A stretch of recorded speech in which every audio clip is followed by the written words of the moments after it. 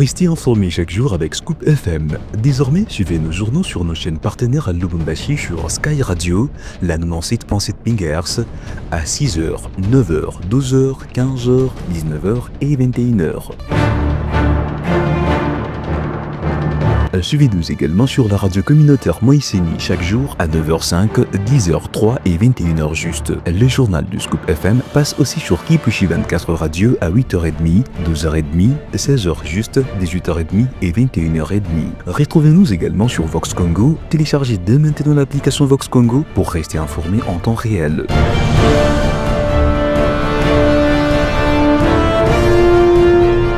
Scoop FM, suivez-nous sur notre page Facebook et sur notre chaîne YouTube pour tout savoir sur l'actualité locale, provinciale, nationale et internationale.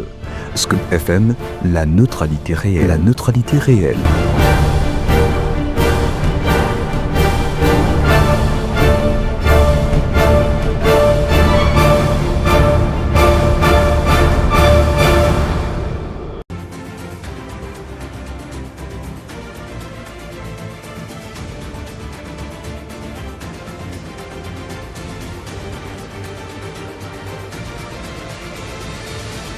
Jeudi 21 août 2025, voici les titres.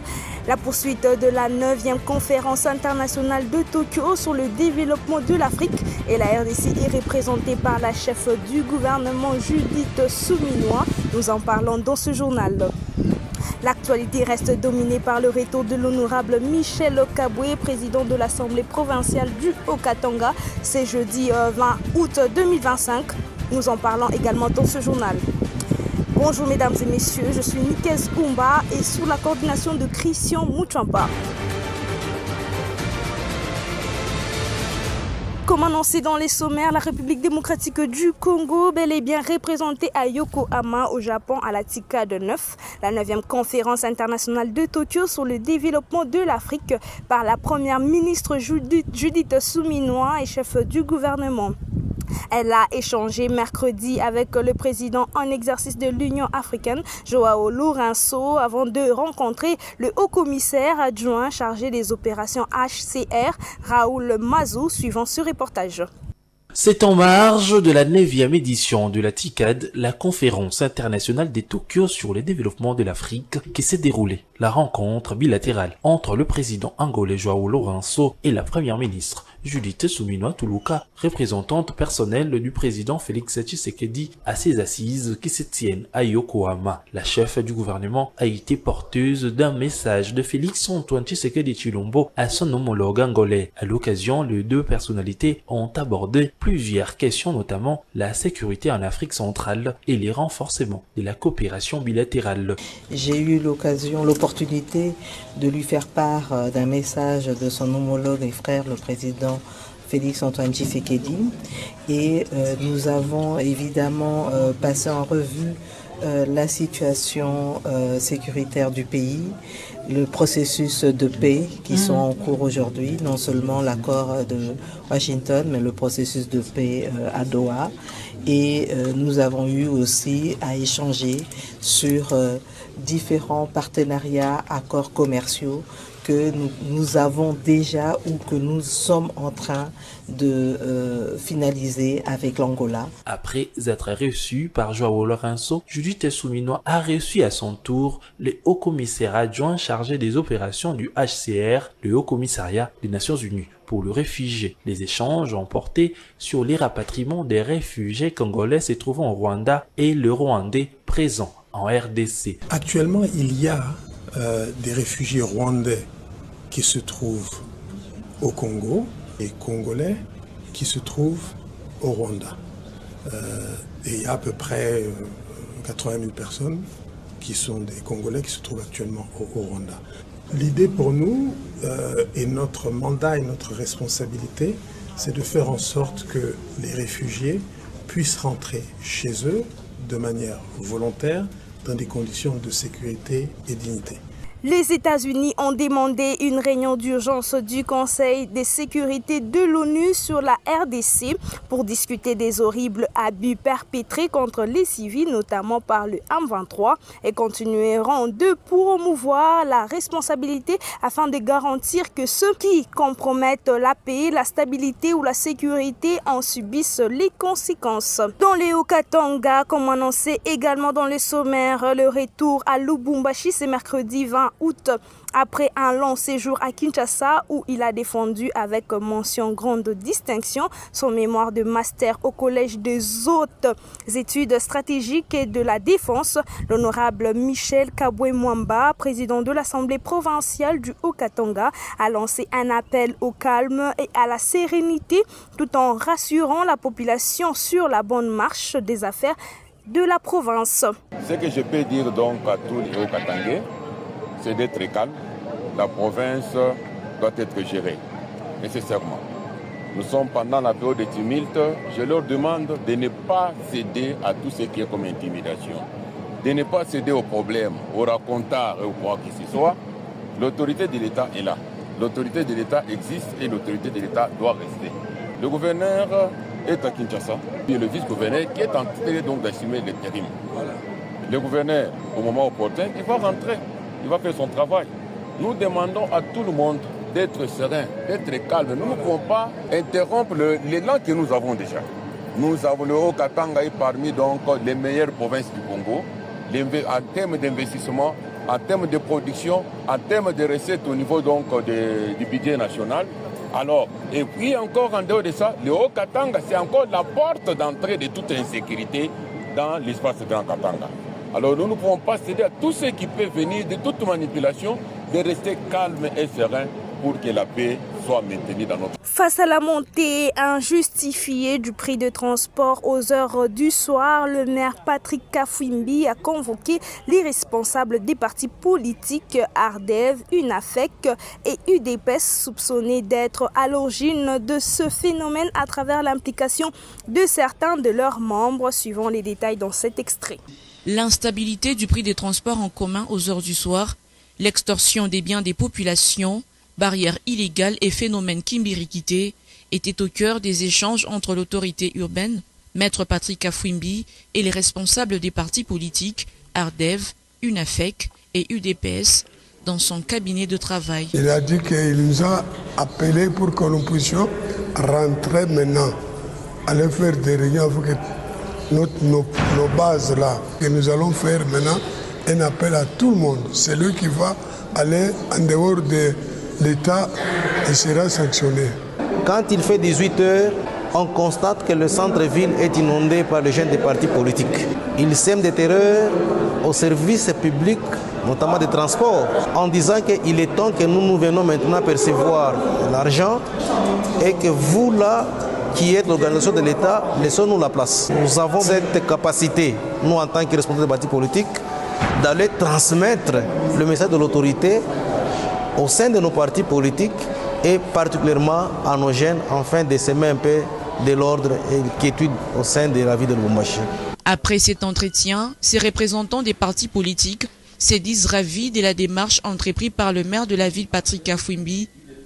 Ils affirment être porteurs des messages dans leur base en vue d'obtenir un bon résultat face au désordre et à l'incivisme observé. L'autorité a même constaté que ce sont ces jeunes-là qui encouragent les chauffeurs à faire les Kimbirikité, qui est une opération qui est interdite.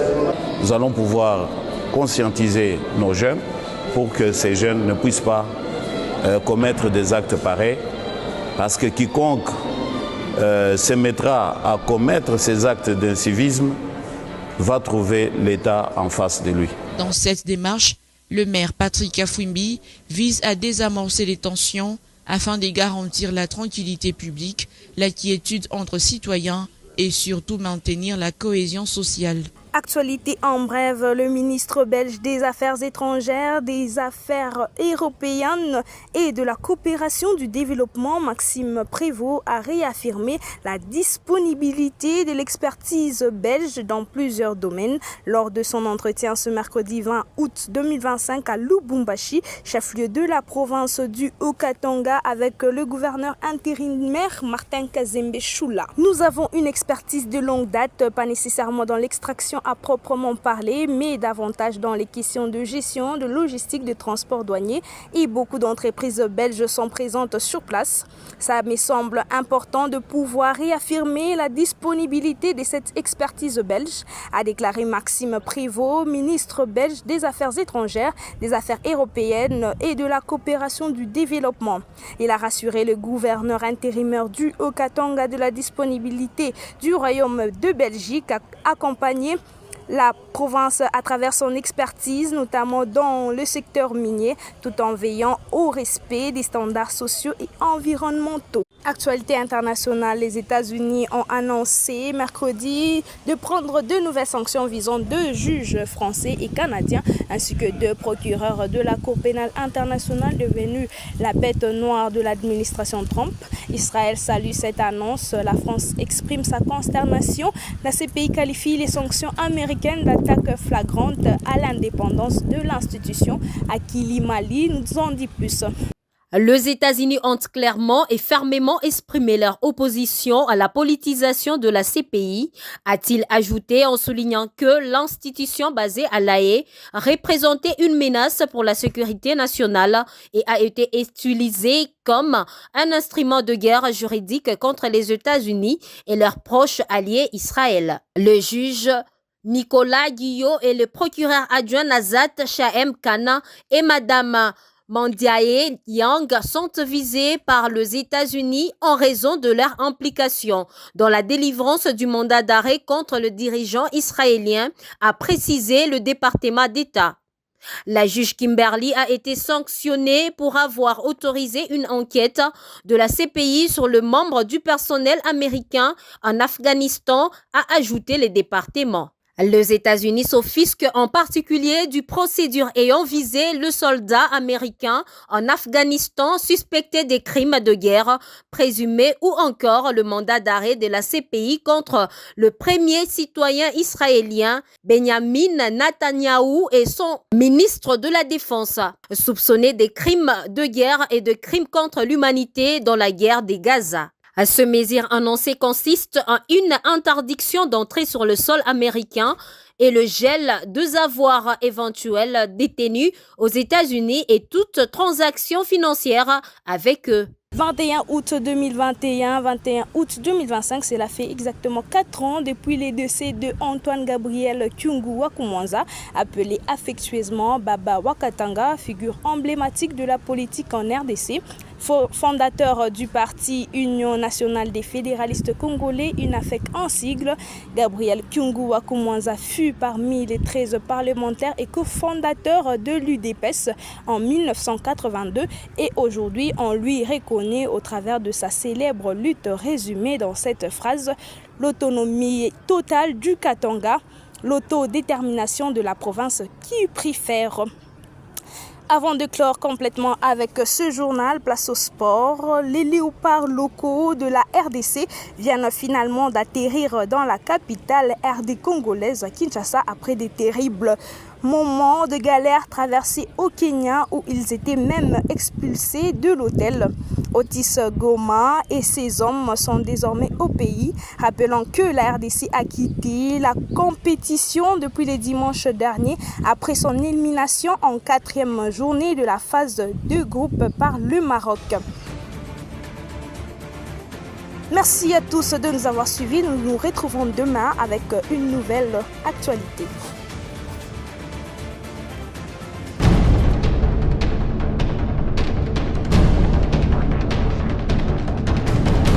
Restez informés chaque jour avec Scoop FM. Désormais, suivez nos journaux sur nos chaînes partenaires à Lubumbashi sur Sky Radio, la 97.7 MHz, à 6h, 9h, 12h, 15h, 19h et 21h. Suivez-nous également sur la radio communautaire Moïseni chaque jour à 9h05, 10h03 et 21h juste. Le journal du Scoop FM passe aussi sur Kipushi 24 Radio à 8h30, 12h30, 16h juste, 18h30 et 21h30. Retrouvez-nous également sur Vox Congo. Téléchargez dès maintenant l'application Vox Congo pour rester informé en temps réel.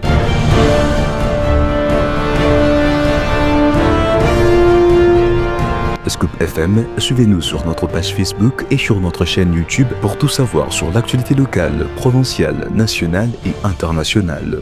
Scoop FM, la neutralité réelle.